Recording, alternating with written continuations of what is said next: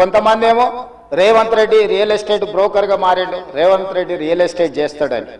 అధ్యక్ష, real estate ఒక ఇండస్ట్రీని ప్రమోట్ చేసి ఇండస్ట్రీకి అవసరమైన వసతులు కల్పించడం అనేది ప్రభుత్వం యొక్క బాధ్యత. ఈ నగరం రియల్ ఎస్టేట్ విస్తరిస్తే పెట్టుబడులు వస్తాయి, పరిశ్రమలు వస్తే ఉద్యోగ ఉపాధి అవకాశాలు వస్తాయి. ఈరోజు ఎకానమీని మనం పెంచుకోవాలంటే, ఆర్థిక వ్యవస్థ బలోపేతం కావాలంటే, ఆ రోజు కూడా ఇట్లనే మాట్లాడిన డాక్టర్ వైఎస్ రాజశేఖర రెడ్డి గారు, అంతకంటే ముందు నేదురుమల్లి జనార్దన్ రెడ్డి గారు హైటెక్ సిటీకి మొట్టమొదటిసారి ఫౌండేషన్ స్టోన్ వేసినప్పుడు పి జనార్దన్ రెడ్డి గారు పట్టుబట్టి మొట్టమొదట ఫౌండేషన్ స్టోన్ హైటెక్ సిటీకి పడ్డది. పి జనార్దన్ రెడ్డి గారు ఎమ్మెల్యేగా ఉన్నప్పుడు, నేదురుమల్లి జనార్దన్ రెడ్డి ముఖ్యమంత్రి ఉన్నప్పుడు పివి నరసింహారావు గారు వచ్చి మొదట హైటెక్ సిటీకి శిలాఫలకం వేసింది వాళ్ళు. తర్వాత ఆగిపోయింది. ఆ తర్వాత చంద్రబాబు నాయుడు గారు వచ్చిన తర్వాత మళ్ళీ చంద్రబాబు నాయుడు గారు, అటల్ బిహారీ వాజ్పేయి గారు వచ్చి హైటెక్ సిటీ నిర్మాణం చేశారు. ఆ రోజు కూడా ఇదే ఆరోపణలు చేశారు. అధ్యక్ష, ప్రభుత్వం రియల్ ఎస్టేట్ వ్యాపారం చేస్తుందా, ప్రభుత్వానికి ఏం పని ఉంది అని. కానీ ఇలా విస్తరించిన నగరం ఎక్కడొచ్చింది అధ్యక్ష? సైబరాబాద్ అని గొప్పగా ఎందుకు చెప్పుకుంటున్నాం? ఐటీ కంపెనీలు, ఫార్మా కంపెనీలు, global capability centres, data centres, ఇవన్నీ ఎక్కడి నుంచి వచ్చినాయి అధ్యక్ష? ఈరోజు ఫైనాన్షియల్ డిస్ట్రిక్ట్, నాలెడ్జ్ పార్క్లో ఎన్ని లక్షల మందికి ఉద్యోగాలు వచ్చినాయి అధ్యక్ష? ఈరోజు విస్తరించే నగరం అర్బనైజేషన్ అవుతుంది అధ్యక్ష. పట్టణ ప్రాంతాలు పెరుగుతున్నాయి, పట్టణీకరణ జరుగుతుంది. ఈరోజు 55% జనాభా పట్టణాలలో నివసిస్తున్నారు అధ్యక్ష. రాబోయే 20-25 ఏళ్లలో 75% మన పట్టణాల యొక్క జనాభా పెరుగుతుంది అధ్యక్ష. కేవలం ఔటర్ రింగ్ రోడ్ ఇన్సైడే 1,34,00,000 మంది ప్రజలు నివసిస్తున్నారు అధ్యక్ష. 3,78,00,000 తెలంగాణ జనాభా ఉంటే ఔటర్ రింగ్ రోడ్ ఇన్సైడ్ మాత్రమే 1,34,00,000 మంది నివసిస్తున్నారు అధ్యక్ష. అంటే ఇక్కడ మోర్ దాన్ 1/3. టోక్యో ఒక సిటీలో తెలంగాణ జనాభా కంటే ఎక్కువ ఉన్నారు అధ్యక్ష. 4 కోట్ల మంది ఒక పట్టణంలో నివసిస్తున్నారు అధ్యక్ష. ఈరోజు ప్రపంచం అంతా పట్టణాల వైపు వేగంగా విస్తరణ జరుగుతుంది. దానికి తగ్గట్టుగా మనం నగరాలను అభివృద్ధి చేసుకోవాలి. అందులో భాగంగానే ఈరోజు వికసిత్ భారత్ ప్రణాళిక ఏంది? ఈరోజు అందుకోసమే ఆయన దుఃఖం చూడు, ఆయన బాధ చూడు, కడుపులో విషము ఎట్లా అంటే కడుపు నిండా విషయం. ఆ మూసీలో ఉన్న కాలుష్యానికంటే వీళ్ళ కడుపులలో అంతకంటే ఎక్కువ విషం ఉంది అధ్యక్ష. విషం జిమ్ముతున్నారు. మీరు మూసి కాలుష్యమే ప్రమాదం అనుకుంటున్నారు అధ్యక్ష. ఈ మనుషుల కడుపుల్లో ఉన్న విషయం మూసి కాలుష్యానికంటే ప్రమాదకరంగా తయారైంది అధ్యక్ష. ఏం నొప్పి అధ్యక్ష? నేను ఎవరినైనా విమర్శించిన అధ్యక్ష? నేను ఈ ప్రభుత్వం ఏం కార్యక్రమాలు చేపట్టబోతుందో సభలో సభ్యులు మాకు తెలవాలని అడిగినారు. పాయల శంకర్ గారు ఏమడిగినారు అధ్యక్ష? మేము సభ్యులము, ప్రభుత్వం ఏం చేస్తుందో మాకు వివరించండి, మేము కూడా మా చేతనైన సాయం చేస్తామని మాట్లాడినారు అధ్యక్ష. నేను వివరాలు చెప్పే ప్రయత్నం చేస్తే విషయం ఎందుకు కక్కుతున్నారు అధ్యక్ష? ఈరోజు క్వశ్చన్ అవర్లో సప్లిమెంటరీ క్వశ్చన్స్ 2 ఉంటాయి. 10 క్వశ్చన్స్ ఉండవు, 10 మందికి ఇయ్యరు. స్పీకర్ గారు అలౌ చేశారు, స్పీకర్ గారు నాకు అనుమతించారు వివరించమని. స్పీకర్ గారి అధ్యక్ష వాళ్ళ ప్రాధాన్యత ఏందో మీకు అర్థమైంది కదా అధ్యక్ష? ఈ చర్చ జరగవద్దు, ఈ నిజాలు ప్రజలకు తెలియవద్దు. విషం కడుపు నిండా విషం. మీరు కళ్ళు చూడండి అధ్యక్ష, అసలు వాళ్ళ కళ్ళలో చూడండి. వాళ్ళ కళ్ళెక్కిన ఓలే శక్తి ఉంటే ఆ విషపు కళ్ళతో చూస్తే మొత్తం కాలి బూడిదైపోయేటట్టు చూస్తున్నారు అధ్యక్ష.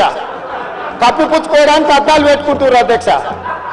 అది కప్పిపుచ్చుకోవడానికి అద్దాలు పెట్టుకుంటున్నారు అధ్యక్ష. అద్దాలు పెట్టుకున్నా మీ విషపు చూపులు ప్రజలకు అర్థమవుతాయి. అందుకోసమని నా మాట ఒక్కటే అధ్యక్ష. ఈరోజు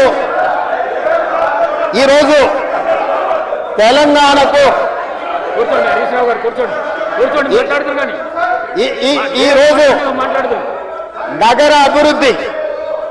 ఈరోజు నగర అభివృద్ధి చేయడం మా బాధ్యత. ఈరోజు ఇన్ని మాటలు మాట్లాడుతున్నారు కదా అధ్యక్ష. ఆనాడు కాంగ్రెస్ లో గెలిచిన ఎమ్మెల్యేని తీసుకొని మూసీ రివర్ డెవలప్మెంట్ కార్పొరేషన్ కు చైర్మన్ చేసింది ఎవరు అధ్యక్ష? ఎవరు? ఈ రోజు వివరాలు చెప్తుంటే ఆ నొప్పెందుకు అధ్యక్ష? ఆ నొప్పెందుకు? మీరు అనుమతి ఇచ్చిన తర్వాత వాళ్ళెవరు అధ్యక్ష ప్రశ్నించనికే? వాళ్ళెవరు? సభ్యులు. ఈ రోజు అక్బరుద్దీన్ ఓవైసీ గారు, పాయల శంకర్ గారు లేకపోతే కాలేరు వెంకటేష్ గారు, ఆ కాలేరు వెంకటేష్ గారినన్నా చూసి నేర్చుకోండి, కనీసం ఒక అవగాహన వస్తుంది.